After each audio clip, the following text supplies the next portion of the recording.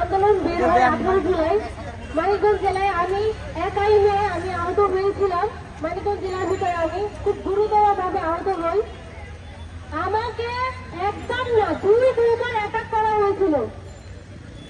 আমাকে কোমরে কোপ দিয়েছিল, লাঠি চার্জ করা হয়েছিল। তারপরে আমাকে মহিলারা পুলিশে ধরে মারধর করে আওয়ামী লীগের যে দালালগুলা সন্ত্রাসীগুলা, তারা আমাকে দুইবার অ্যাটাক করে।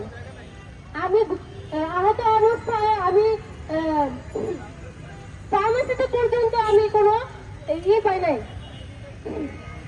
আমাকে মহিলারা যেভাবে মারধর করছে, আমি খুব খারাপ অবস্থায়, রক্তাক্ত অবস্থায় আমি বাঁচতে চাইছি।